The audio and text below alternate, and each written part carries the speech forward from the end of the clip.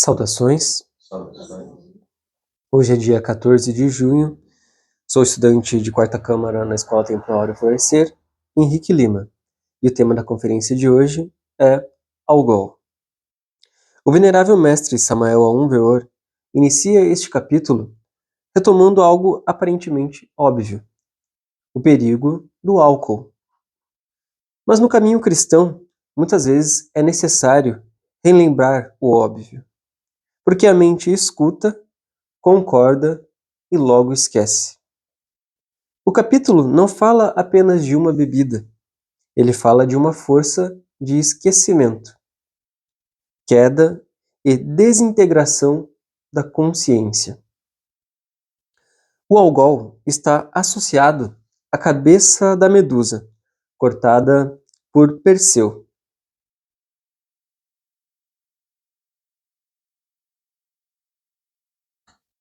Um instante para observar o gráfico. A Medusa petrifica aquele que a contempla. Assim também age o vício. Ele fascina, paralisa e depois domina. O álcool sorri na taça, aparece nas festas, nos descansos, lazeres, na tristeza, na falsa alegria e depois também na desculpa social.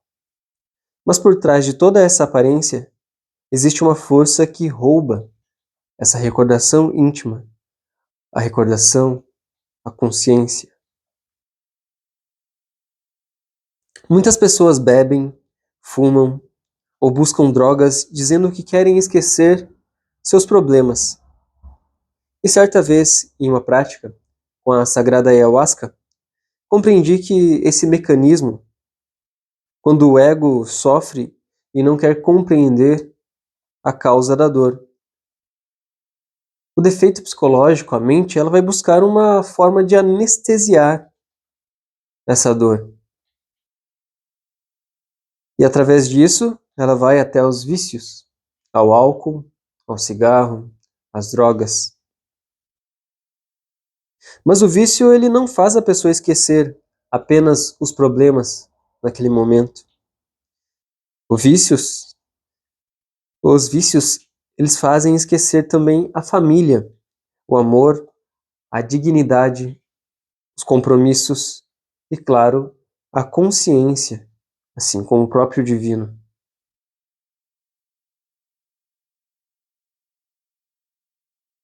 Podemos observar no gráfico a figura daquele que busca anestesiar suas dores nos vícios das drogas alucinógenas. Nesta conferência, em específico, o álcool. E essa cena, ela é muito comum.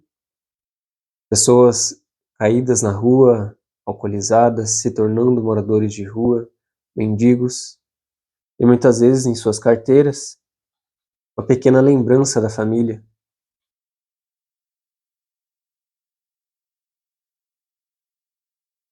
É sempre importante distinguir as medicinas sagradas, quando são utilizadas com propósito ritualístico, oração, consciência e responsabilidade, da fuga dessas substâncias alucinógenas. Pois também existem aqueles que abusam das medicinas sagradas. O problema não está apenas na substância externa, mas na intenção interior. Quando alguém busca intoxicar-se para fugir de si mesmo, entrega a sua vontade ao esquecimento. Pelo que nós podemos observar no gráfico a distinção entre as medicinas sagradas, que recebem a denominação de enteógenos, que são substâncias que ajudam e auxiliam a humanidade a se auto-observar, perceber a sua consciência, perceber a sua essência e justamente se relembrar, trazer à luz. E o contraponto, as substâncias alucinógenas, as quais removem a luz, causam o esquecimento, a dor e o frio.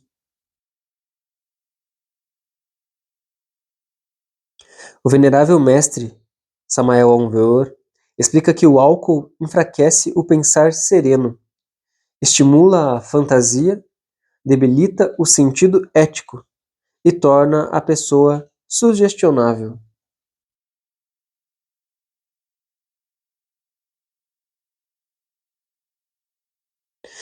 Isso parece de modo simples no cotidiano.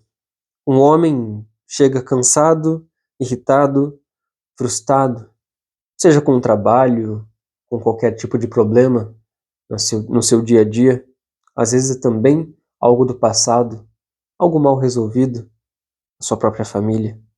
Então ele bebe para relaxar, seja assistindo um esporte, porém, logo fala o que não deveria, fere quem ama, perde a paciência, alimenta fantasias, esquece sua oração, seus compromissos, esquece sua esposa, seu lar, e depois que faz tudo isso, ele diz simplesmente: aquilo não era eu. Mas na verdade, eram seus próprios defeitos atuando sem freio. O álcool não coloca um demônio estranho no homem. Ele dá liberdade aos demônios que ainda não eliminou dentro de si. Por isso, muitos crimes, abusos, traições, quedas sexuais, palavras cruéis e decisões desastrosas acontecem sob o efeito do álcool. A substância não cria todos esses defeitos do nada, porém, ela abre a porta para aquilo que já existia dentro da pessoa. Um ponto importante é que, quando o mestre se refere à sugestão, as pessoas que estão sob substâncias alucinógenas, álcool, cigarro, por mais que não seja considerado pela sociedade ainda uma substância alucinógena, mas sim, ele causa uma sensibilidade. A pessoa ela está num estado de sugestões. Mas quando nós entendemos essa palavra sugestão, sugerir, alguém sugere algo que você faça, normalmente nós temos esse entendimento no dia a dia, no cotidiano.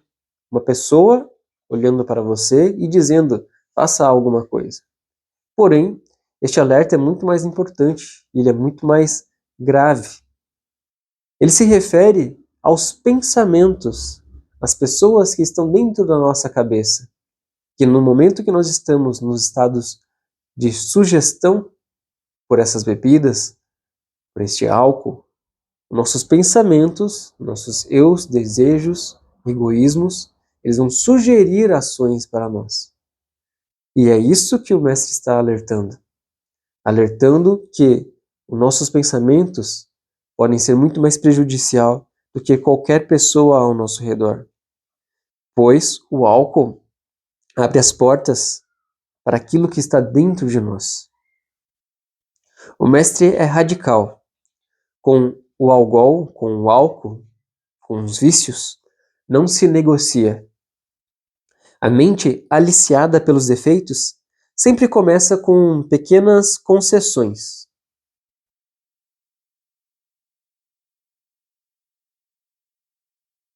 Só hoje, só um pouco, eu controlo, é social, paro quando eu quiser.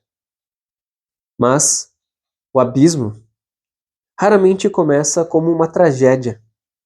Ele começa como um acordo com as pequenas concessões que vão enfraquecendo a vontade. Nós, sim, devemos ter compaixão pelo ser humano que sofre, pela essência divina que está sendo ofuscada por este mal, por este demônio que é o álcool. Mas não devemos ter complacência com um vício.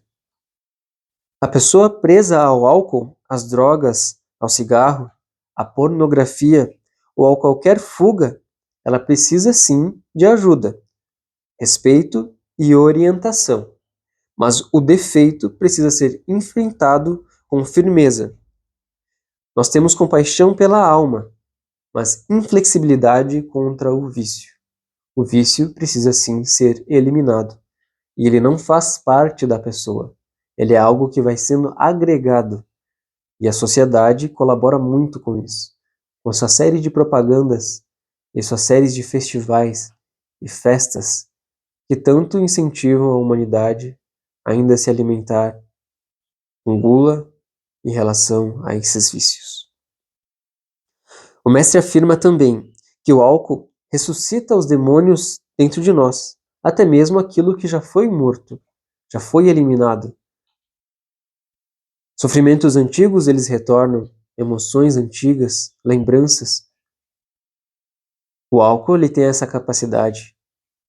Além de fazer com que a pessoa se esqueça naquele momento que ela está ingerindo, nos seus momentos de fragilidade, após acabar essa ingestão, mas justamente para que o álcool continue se alimentando, ele traz a lembrança novamente, para que a pessoa vá até o álcool, até o cigarro ou as drogas e use novamente, para que ela esqueça. Então o álcool relembra novamente. E isso vai criando um ciclo, que é o chamado do ciclo de sofrimento. Para os indianos, o samsara.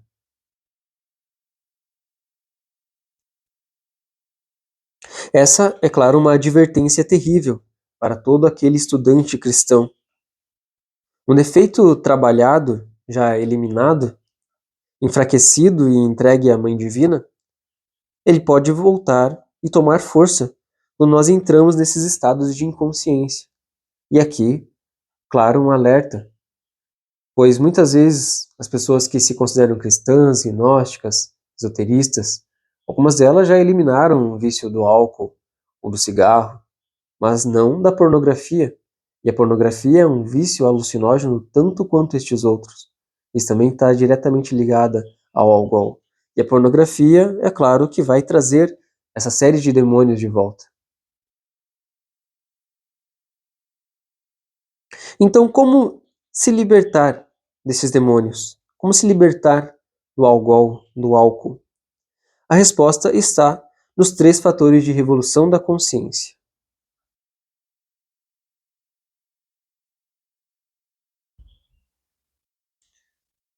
O primeiro fator é a morte psicológica.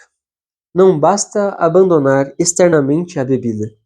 É necessário descobrir qual defeito busca a bebida. Que defeito quer fugir? Que defeito não está suportando aquela dor? Que defeito deseja esquecer? Que defeito procura essa coragem falsa através das drogas? Ou a alegria falsa? Ou mesmo o descanso falso?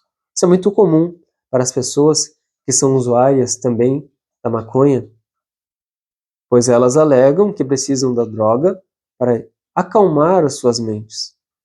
Mas, durante o dia, ficam martelando uma série de coisas em sua mente e, consequentemente, quando precisarem descansar, não irão conseguir, porque postergaram suas atividades, negligenciaram o trabalho em seu lar, em sua vida e, se houver um matrimônio, em seu próprio matrimônio. O ego não pode eliminar o próprio ego. O egoísmo não, a mente não elimina os defeitos. Quem elimina é a Mãe Divina, é a força criadora dentro de nós, a raiz sagrada da energia sexual, que nasce na base da nossa coluna, no nosso sexo. Ela é o único poder divino capaz de queimar esses defeitos psicológicos. Quando nós entregamos em devoção a esta força sexual, a nossa Mãe Divina, Mãe de Deus dentro de nós, entregamos esses defeitos, esse sofrimento, este vício, para que ela queime e elimine, nós então começamos o trabalho com o primeiro fator de revolução da consciência, a morte psicológica. A Mãe Divina nos devolve a recordação verdadeira. Agora, nós estamos confrontando aquilo que estávamos tentando esquecer com essa série de vícios. A morte psicológica, ela começa no instante da observação. Então, quando nós observamos o que está acontecendo, interrompemos aquele processo, como nós vimos no gráfico anterior,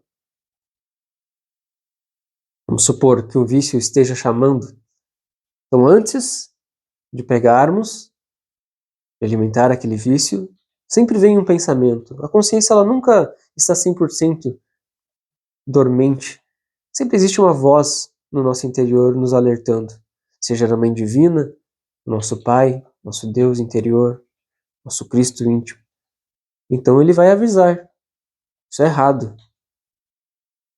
E se nós percebemos neste instante e observamos, então podemos realizar a morte psicológica. Interrompemos, cortamos a ação mecânica. Quando surge o impulso, o estudante ele deve parar, respirar profundamente e recordar-se de Deus. Recordar-se e pedir imediatamente à Mãe Divina, em verbo silencioso: Mãe Divina, queime este defeito. Mãe Divina, queime este defeito. Mãe Divina, queime este defeito. Até que aquilo perca a força e assim não alimentemos aquele defeito. Não precisamos esperar para compreender tudo para começar a morrer. Se estamos diante de uma situação e nós observamos que aquilo é incorreto, que vai nos fazer mal, é algo negativo, algo inferior, algo baixo, imoral, antiético, inadequado, sujo, profano, nós podemos parar e nos auto-observar, interromper o processo mecânico. Porém, não é necessário compreender se naquele momento é a ira que está agindo, a preguiça, a inveja, o orgulho. Estamos falando de algo prático, algo que precisa ser feito no momento, no instante. Pois é assim que nós podemos começar a correção. Morremos para compreender e compreendemos para morrer mais profundamente. Então, gradualmente, conforme nós vamos eliminando os defeitos, nós vamos entendendo, compreendendo mais profundamente as raízes deste defeito, para que assim eles possam ser eliminados completamente. Para isso, existe um grande auxílio da meditação profunda, onde nós podemos investigar a origem deste defeito, que dor ele esconde, que prazer ele estava prometendo, que lembrança ele queria apagar, ou melhor, esquecer, que energia ele estava procurando roubar. Assim, conforme nós fomos nos questionando, nos auto-observando, a compreensão amadurece e a súplica à Mãe Divina se torna ainda mais profunda.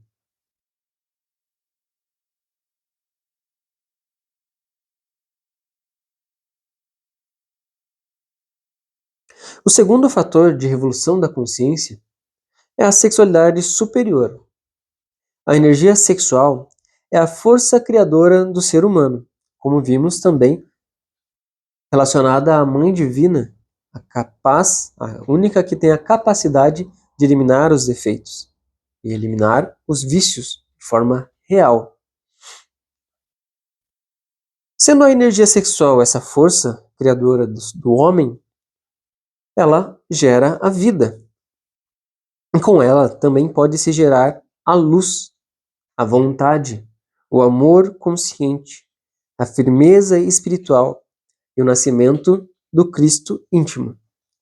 Então, se nós pararmos para observar essas afirmações e colocarmos em contraponto os gráficos relacionados aos vícios, nós podemos ver que em todos eles há uma ausência da luz, uma ausência da vontade, ausência do amor, ausência do Cristo, dessa força de consciência interior, a luz que vive em nossos corações. Por isso é tão importante compreender a sexualidade. compreender e respeitar essa força sexual.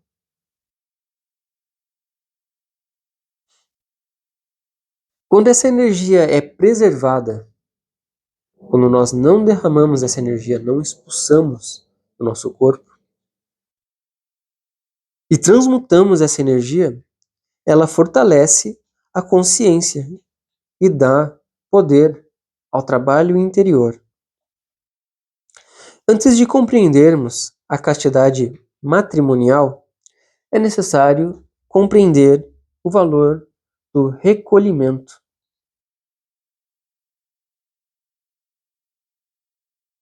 O celibato temporário é a preservação consciente das energias sexuais, quando não há a união sexual em matrimônio.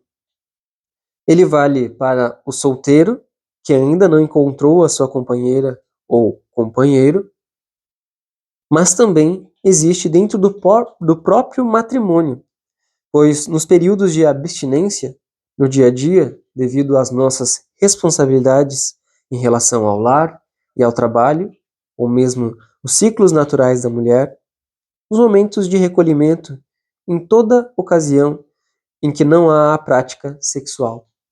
Então o celibato ele é importante em todos os casos, tanto para aquele que é solteiro, quanto para aquele que está casado. O celibato verdadeiro não é apenas a ausência de ato físico, é também a abstenção de impressões baixas, fantasias, imagens impuras, conversas degradantes e alimentos psíquicos que contaminam o corpo e a mente. Esse afastamento consciente prepara o templo interior para que o amor verdadeiro não seja profanado pela ansiedade, pela luxúria ou pela própria inconsciência. Então é necessário entender que esse celibato ele não se refere apenas à pessoa que não pratica o sexo. Ele se refere à pessoa que cuida dos seus sentidos, cuida da sua audição, para não ouvir conversas degradantes, sair de ambientes que tenham conversas degradantes, músicas baixas, os seus olhos não vejam imagens impuras, luxuriosas, que os seus sentidos sejam preservados, a sua mente seja preservada, o seu coração, suas emoções seja preservado e o seu sexo seja preservado. E para quê? Para que possa adentrar a castidade de uma forma mais serena, mais sublime.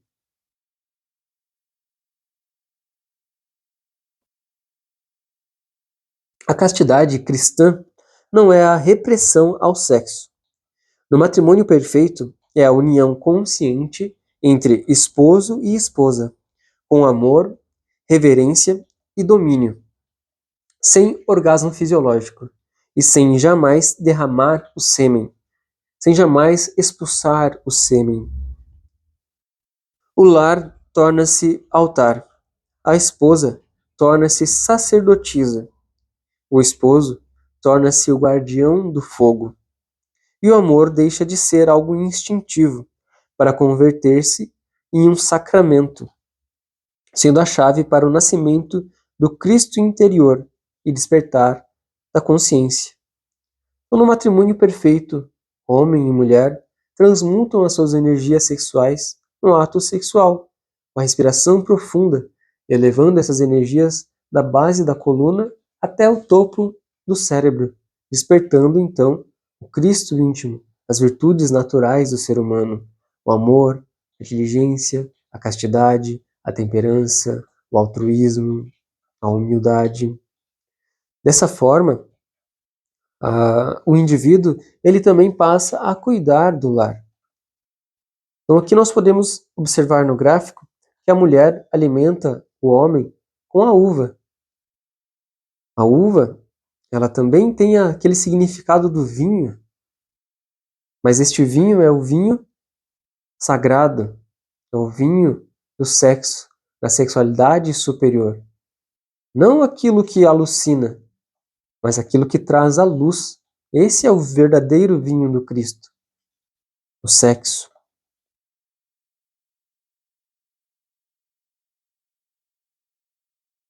Por isso, aquele que vive sob o domínio do álcool dificilmente pode praticar a castidade verdadeira, pois a castidade ela exige presença, recordação, domínio e amor consciente. O álcool produz a ausência, esquecimento, fantasia e o desgoverno interior.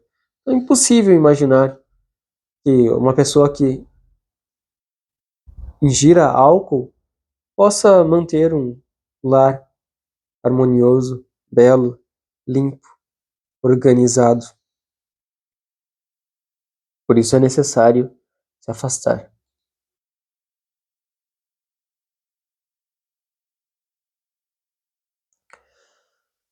O terceiro fator de revolução da consciência é o sacrifício pela humanidade. Sacrificar-se é entregar o conhecimento verdadeiro, para que os outros possam libertar-se dos defeitos psicológicos. Entregar sem jamais comercializar com aquilo que é sagrado. O caminho, a oração, a orientação espiritual e as medicinas sagradas. E como nós já comentamos ao longo da conferência, elas também podem nos auxiliar a remover esses vícios. A medicina sagrada da ayahuasca, ela sim pode ser utilizada para auxiliar no combate contra os vícios das drogas, da pornografia, do álcool ou mesmo o cigarro. Mas elas precisam ser utilizadas da forma correta, com o trabalho íntimo dos 3 fatores de revolução da consciência, pois é a mãe divina que elimina o vício. A Sagrada Ayahuasca, ela simplesmente nos dá um pouco mais de força para que a nossa Mãe Divina possa trabalhar juntamente a nós e assim nos corrigir. Então, se a pessoa ingere a Sagrada Ayahuasca de forma displicente, ela não terá este resultado. É necessário aprender a se observar, perceber os equívocos, enfrentar e eliminar. Assim, a medicina sagrada poderá trabalhar para nós e conosco.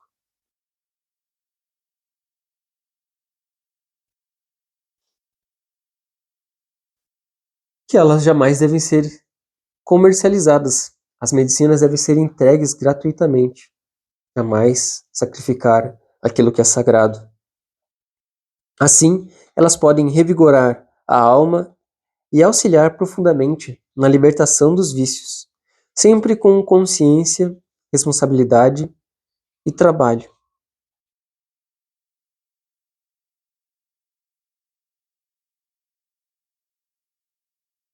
Para a prática de hoje, a transformação das impressões. A transformação das impressões, ela serve como uma forma de remover a força aliciadora no ego, dos defeitos. Então, quando o defeito ele começa a desejar algo, nós podemos utilizar a transformação das impressões para dissolver aquele desejo. Por exemplo, no caso da luxúria, o homem ele vê o corpo da mulher bela e a forma de transformar essa impressão é imaginar o tempo passando e dissolvendo aquele corpo, pois o tempo é uma realidade. Então isso realmente vai acontecer. E gradualmente aquilo vai desaparecer. Então significa que não tem uma importância real, é uma ilusão. Aquela forma é uma ilusão. Este mesmo exercício pode ser relacionado ao carro, à ganância. O tempo dissolve tudo. Também pode estar relacionado aos vícios, à gula. A pessoa que vai ingerir um álcool, ela pode parar por um momento e refletir: será que o que vai acontecer depois de um tempo? E se eu estivesse tomando água? como seria o impacto? E se ao invés de estar neste bar eu estivesse meditando num parque, observando a natureza? Então a transformação da impressão é você transformar algo ruim, negativo, em algo positivo.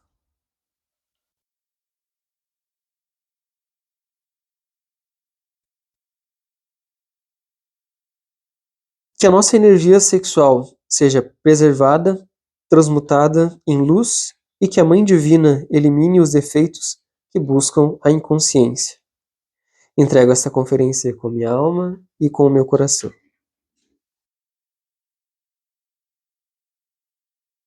Que todo aplauso seja para o Deus interior, jamais para a personalidade.